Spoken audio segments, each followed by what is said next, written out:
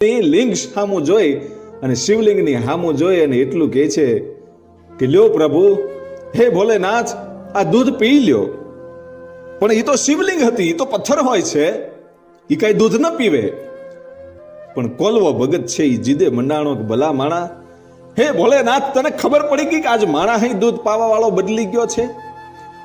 અરે મારા મામા નથી આવ્યા તો શું થઈ ગયું? એ તો બહારગામ ગયા છે, પણ એનો નિયમ ન તૂટે એટલા માટે મને મોકલ્યો છે.